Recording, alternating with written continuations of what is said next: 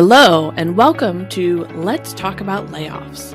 I'm Dr. Tracy Schroyer, and in this podcast, we're diving deep into the world of layoffs, exploring not just the challenges they present, but also the alternatives that exist.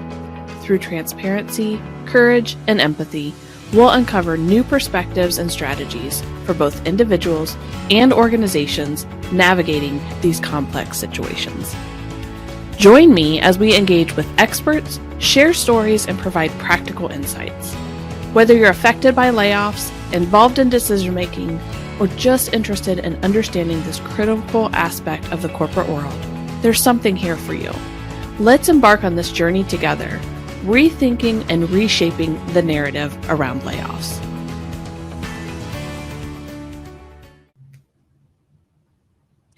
Hello, everyone, and welcome back for another episode of the Let's Talk About Layoffs podcast. Today, I have a very awesome guest who I've known for, I think it's a couple years now. We've known each other. Yeah. Mariella is joining us, and I'll have her introduce herself here in just a moment. But for this episode, we're actually talking to someone who has been impacted by layoffs also. And so she's going to share a little bit more about her experience. And from here, Marielle, I'll pass it over to you. Just if you want to give us an introduction of who you are. Okay. Hello, my name is Mariella Begley-Garman. I am a licensed professional engineer in Texas and Louisiana. I have a little over 25 years experience as a engineer and project manager. Up until June of last year, I was working a corporate job and was restructured, was laid off. So now I'm working in a business that my husband and I own. We had already started, so I was able to go full time into our business. That's awesome. So Marielle, can I ask you a couple questions just about your experience? And yes, then we'll talk a little bit more about how you made the decision of what you're doing now. So with your experience, did you have notice? I know some people have that WARN Act, there's 60-day notice. Was it kind of almost like blindsided by the news that you were getting let go? So I was blindsided by the news. But then after I was told, I still had April to June. So about 60 days I still had to work. So they let us know.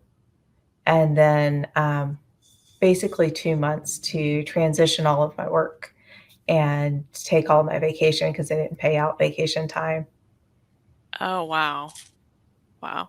So you had to actually work during those 60 days. What was that experience like? Like that would just the morale and everything. And if other people knew, and I don't know if other people knew that you were impacted, like if you were able to tell them. So it was very difficult. It was very frustrating, very emotional. So I was on a regional team, and basically with the restructuring of the company, they decided they were doing away with this regional team. But not all of us were let go. A lot of people were reabsorbed into the sites where they were located. And I honestly don't know that there is a really good way to handle layoffs, but there are definitely not good ways to handle them. So what my boss did was he did not tell anyone that I was being let go. He just told everyone that we were redistributing my jobs, the projects that I was working on. And so as I was meeting with each of these people who were taking over, I had to tell them, because they were under the impression that because I had such a high project load, and it had been an issue, like because we would have team meetings and I had one of the highest loads in our entire group. So they just thought, hey, they're finally giving her, some relief and they're moving some of this stuff off of her plate. And I'm like, no, actually, June, or I guess it was May 31st was my last day. And in that time, I also had to take all of my vacation time. So they had a very short window to get all the information from me about these projects so that they could understand what they were taking over. Because after that, I'm not available to help them in any way. Right, right. Can I ask how much vacation time that you had? Because if you Um, had built up a ton of vacation, like, that's not a lot of time to transition. so the company I work for, you were required to take all of your vacation time every year or you Okay. lost it. So it wasn't rolled over. I didn't have, um, I got, I'm trying to remember now. I got little over, like not quite 5 weeks a year. Mhm. And you get everything on January 1st for the year. So they left it up to me to prorate it myself to figure out how much I had taken, how much I had not taken, and so what I had left to take, and then to figure out how I was going to take that. Oh my gosh. Wow. So, I know just from my own experience of getting the news about being laid off was a shock, but I think the hardest part was telling other people. So, Hmm.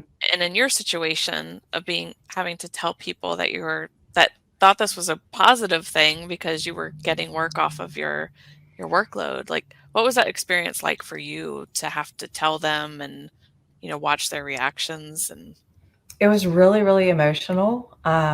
It was very difficult because you're put in the position of, like, all of a sudden you've given them some very bad news, even though it's about you. You're now the one, you're the messenger, you're the one delivering it. And so then they feel bad, and you're left in this weird position where you're trying to comfort them about something that's happening to you. yep, yeah, wow. So within those 60 days, like after you got the news that you were being let go, you had these 60 days to transition your work, to take your vacation time.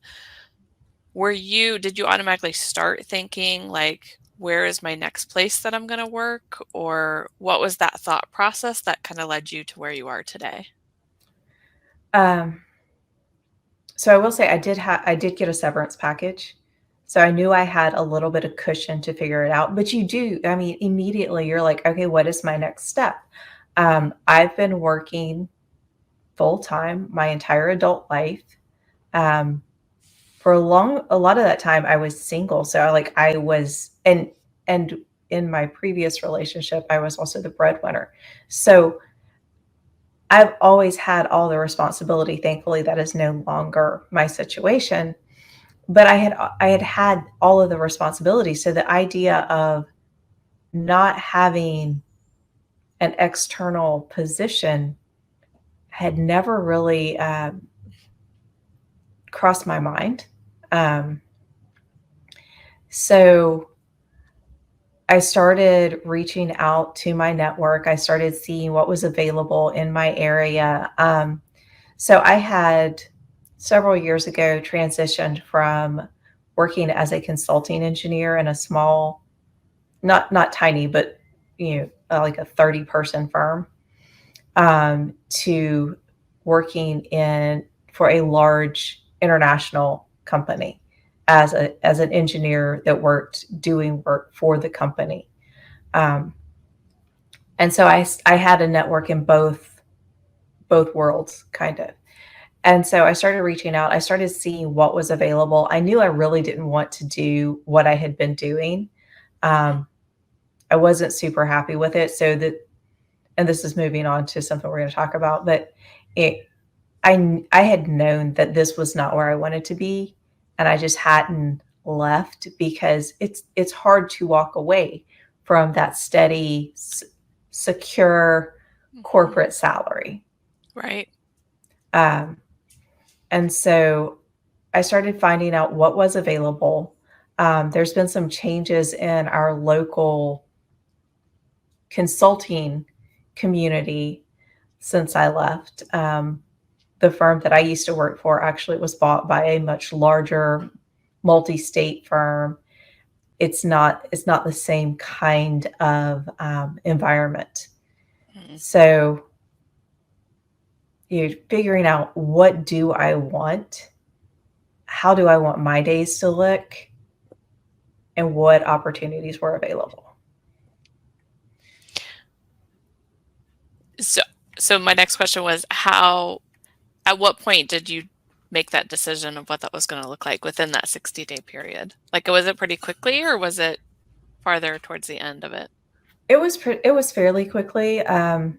You take a little bit of time just to process what's going on. So I would say definitely within the first month. Excuse me. Definitely within the first month. So my husband and I would walk at lunch because we both worked from home. Mm-hmm. And so we were walking around the block talking, and he's like, do you just want to go full time in our business? And it was an immediate yes. Like, I didn't even have to think about it. It was immediate. And I usually, I take a lot of time to weigh the pros and cons and, think everything through. And I didn't. I didn't have to think about it. This is what felt right. Yeah.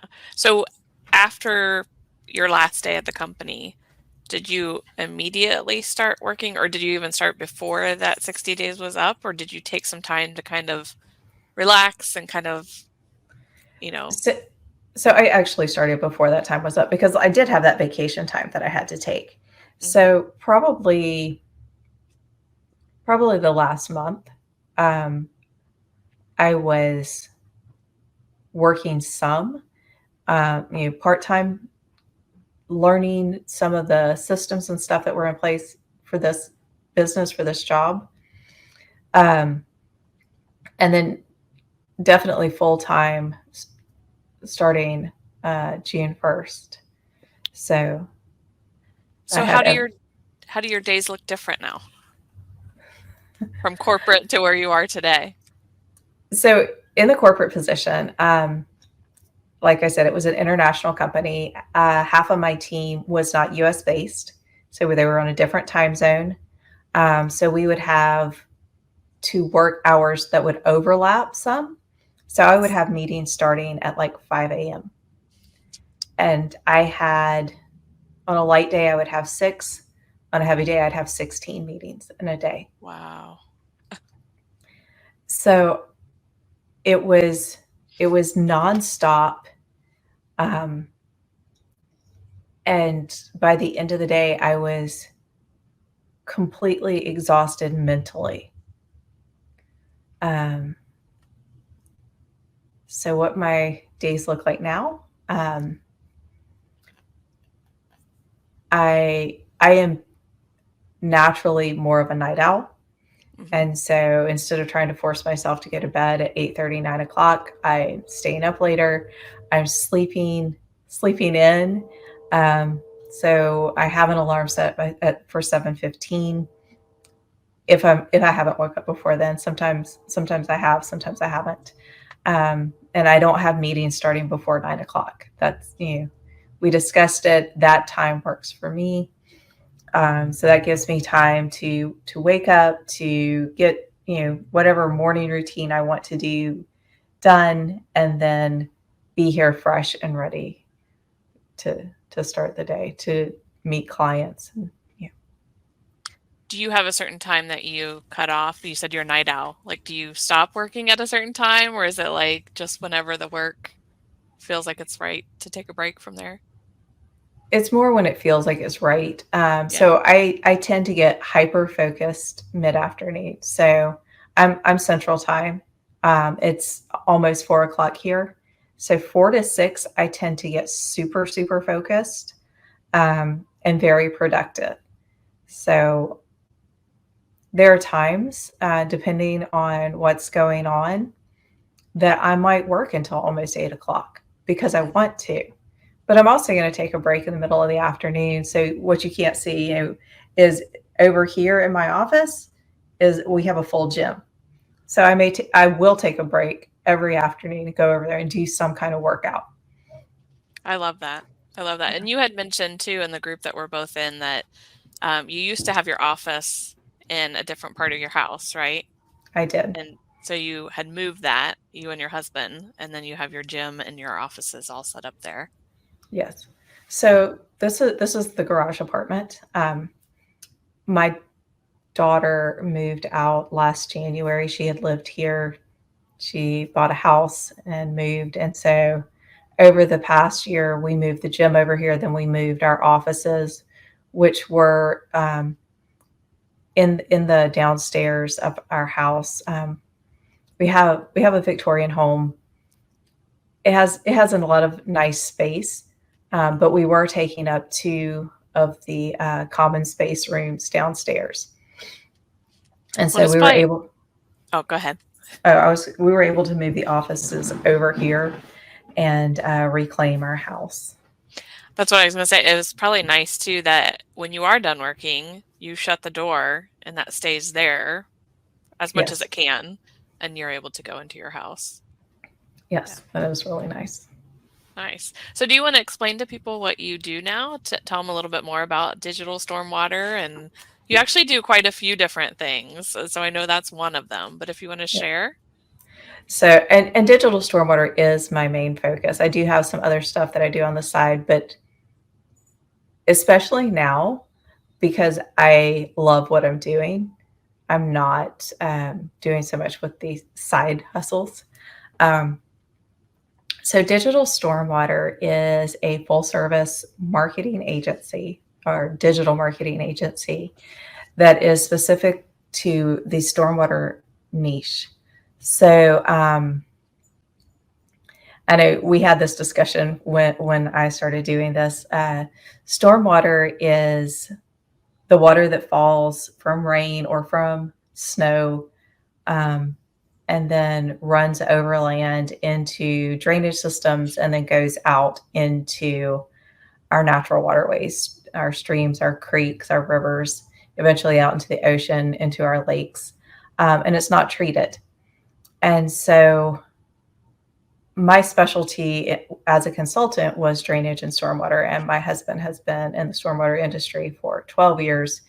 Um, and what we found going to industry conferences is there are so many manufacturers who have these great products and these great ideas. And they go to all these shows and they have their products with them, but they don't have a great digital footprint. They don't have consistent social media if they have it at all. They may or may not have a website, and if they do have a website, hey, 1990 called and they want their website back.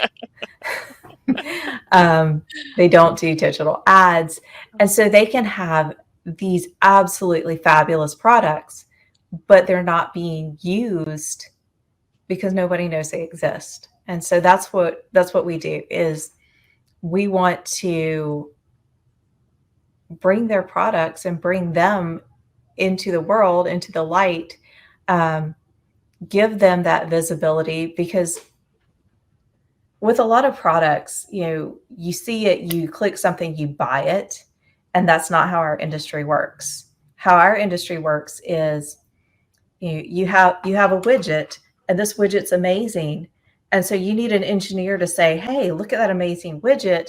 The next time I have a project where that would work, I need to remember it so I can put that into the specifications." And then the contractor can go buy that and then it gets installed. So the sales process is a year plus Mm, from awareness to something actually being purchased and installed. Um, but if you don't make somebody aware that you have this widget, it's never going to be put in the plans. And then it's never going to be bought and installed. Even if it's the greatest product out there. If it would work perfectly, they may have to get two or three different things to do what your one product would do because they just don't know it exists. And so we want people to know these things exist. right. And you bring that awareness and that visibility to what these things are, Yes. which I imagine some of these business owners are just like fascinated by what you and your husband are able to do and Right. bringing that awareness out. Yeah. So a lot of a lot of the inventors and then business owners are other engineers. So I speak engineering, I can speak their language. I speak the stormwater language, but I've spent enough time because of the side hustles and the other groups I've been in that I've learned the marketing side. And so I know how to tell their stories to other people. That's a valuable skill set that you have right there. All of that combined. Definitely. Definitely. So we did have somebody comment and they were talking about it's very difficult without that separation, speaking from current experience. So talking about your office and your home and making sure there's a line. I think that could be challenging whether you're working for a company, whether you're not working for a company, to try to make sure you have that in place. So one of the things, even with having my office in the house, so my husband has worked from home for over a decade. And so when everybody started working from home in 2020, I actually had a role model that I could see how to make it work. And so I did have a hard stop where I would get up from my desk and I would walk away and I would close those doors. And I'm like, okay, I'm done with this. And now it's time to do home stuff. And I also had you get up every morning, you take a shower, you don't stay in your pajamas, you put Right. on your work uniform. Because if you don't do those things, there is no separation. Everything bleeds together. And I saw a lot of coworkers having a lot of issues with that. Right. Right. Definitely. All right, Mariella, is there anything that you want to share with us just about your layoff experience after your experience that maybe we haven't touched on before we wrap up? I know one of the things that you and I had talked about was like in the separation process, in the paperwork process, in the in my case in particular, I got a meeting pop up on my schedule with my boss, and I was like, "That's not normal." And so I had that meeting, and basically it was him and HR, and then he dropped off, and HR talked about I have no idea what because I was so blown away. Um, but in that process, there was we're going to give you the severance package, and here are the things about the severance package. You can't say anything negative about they call them leaders in that company. And we can discuss what that word actually means. But, you can't say anything negative about your boss. You can't say anything negative about the company, or you don't get the severance package. Um, and then you get the package, and there's this huge stack of paperwork. I don't know if you have kids and you send your kids back to school every year, you get a pack of stuff about this thick to sign. It was similar to that. And so going through it and trying to read it and understand it, and there's deadlines for this and there's deadlines for that, and they actually screwed up um, the local HR person put in the wrong last day for me, and so they had to redo my paperwork. Um, and so just trying to make sure that you understand everything and that you get things submitted in time and back in time, and I knew I was going to get this severance, but thankfully I did have, we were financially secure with savings, and my husband had a job because that severance didn't come through for, I want to say 2 months after my last day. So, and then there's still some of the paperwork, honestly, I'm fighting with because there was other things, and you would submit it and they kick it back, and you resubmit it and kick it back. And I'm like, really, people? Can we just cut this tie? So, Yeah, that is really hard too, because a lot of people don't think about they might think, oh, I'm getting severance, like that's awesome. But like you said, you get this stack of papers, like 30 to 50 pages deep. And it gives you all, like, there was FAQs, like there was all of this legalese. And so trying to understand it. But one thing to point out too is that anyone who gets a severance agreement to look at, don't return it right away. Like, you should have a certain amount of time, and you are able to consult with an attorney Mhm. and leverage that if you need to. Like, I know somebody else had paid like $300 or $400. I had paid like $450 to have an attorney look through it. I got on the phone with her for an hour. We walked through questions that I had. Like, use that to your advantage to be able to really go through this, because these are going to impact the money that you're going to get. Like, if you have to return equipment in a certain time frame, when things will expire, what opportunities you have, all of that. And understanding that HR is there to protect the company, not necessarily to help you. Um, there was something else I was going to say, and I'm trying to remember what it was. Oh, and in that paperwork, understanding, you, do you, are you going to file for unemployment? Are you going to have their COBRA policy for your insurance? Because even when it says you will get it at the employee rate, your employee rate has actually been discounted because the company's paying part of that and they're not going to pay that part. What are your actual options and what are the actual expenses? Um, do you have a 401k? What needs to happen with that? Do you have a pension? What needs to happen with that? I know that's less common, but like the company I was with, we had both 401k and pension. So making sure that you look through it and you ask the questions. And honestly, you don't always get correct answers when you ask questions. So, And the best thing to do is put that in writing wherever possible. I know somebody had mentioned to me that they were told to call like an HR number. And I was like, well, another HR person said to email this email. And it was nice to have it in writing. And then they had to go find the person responsible for whatever the question was and come back.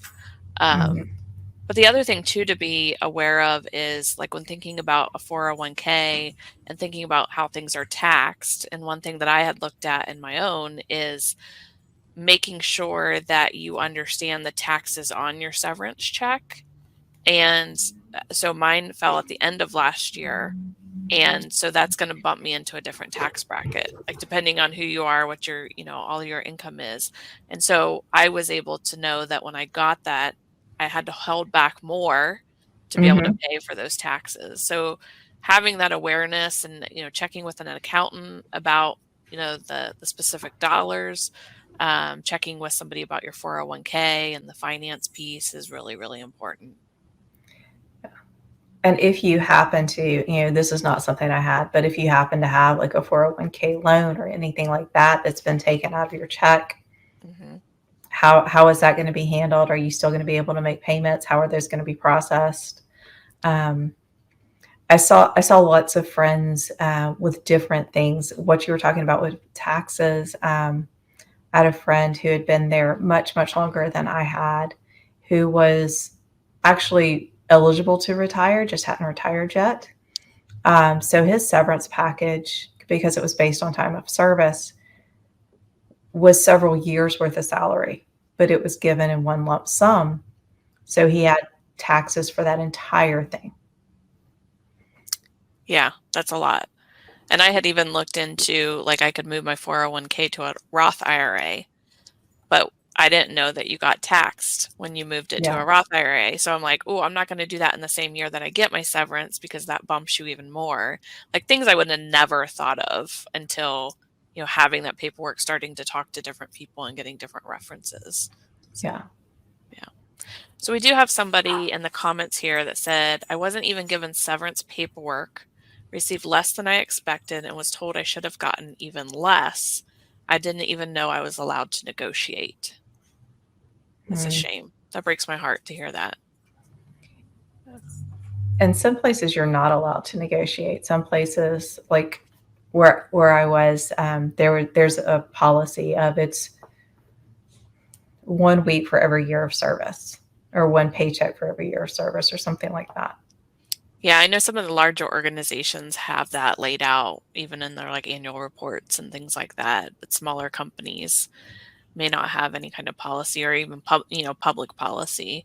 There are actually attorneys. So the attorney that I had talked to, there are attorneys that specialize in severance agreements.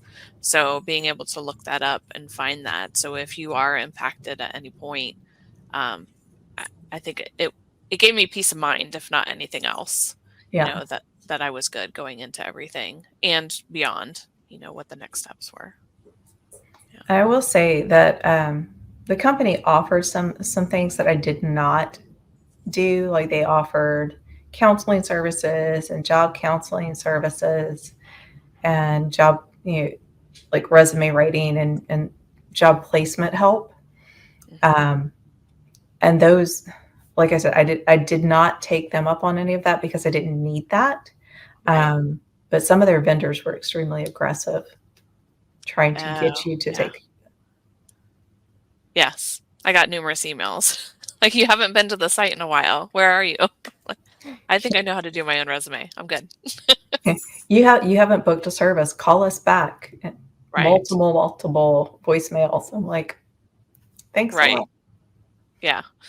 And another thing too with that is be careful of the wording in your severance agreement if you have a severance agreement, because some of that says like you have to initiate it within X number of days. And it could be from the date that you were told, or it could be the date that you've actually been terminated. So that's another reason to look and see like what are the things that you might have to do versus things that the company's going to do, and make sure that both of you are accountable to what those are. Yeah, that was one of the issues with my termination date being entered incorrectly. Trying to figure out where my paperwork was, and I had calculated myself. Mm-hmm. This are the vacation days I have, and this is how long I have to take them. And it was approaching that time where I'm fixing to turn in my computer and my badge and all of my credentials. And I still didn't have everything I needed. So calling HR, and that's how I found out that things had been entered incorrectly. And I'm like, oh my gosh. Then they're like, well, we're going to send this to your work email. I'm like, well, I won't have access to that. I need it now. And so making sure it got sent to my correct email. And for people that use their work email, which I have never done, but people who use their work email for personal reasons, making sure that all of that is transferred and you've got everything that you're going to need access to later. Yeah, because sometimes you don't have, like, you had the 60 days leading up to your last day. Like in my experience and others, that you might be told, okay, after this call, you hang up and you lose access to everything. So you don't know when that's going to be, what that's going to look like. Yeah. Yep. All right. Well, thank you, Mariella. I appreciate you being on this episode of the podcast. I do want to give you an opportunity to share where people can find you, maybe where on social media you hang out, or if they want to connect and chat more, like where might they do that? Absolutely. So I am Mariella Begley Garment everywhere, Facebook, Instagram, LinkedIn, TikTok, if you want to watch crochet videos. And if you want to find out more about Digital Stormwater, it is digitalstormwater.com. And Digital Stormwater does have a podcast. I'm not the host, my husband is, but if you want to learn about stormwater, it's the Stormwater World podcast.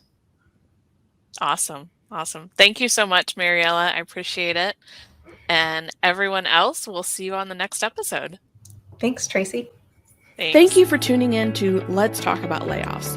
It's been a privilege to share today's insights and stories with you, shedding light on the complexities and alternatives to traditional layoffs.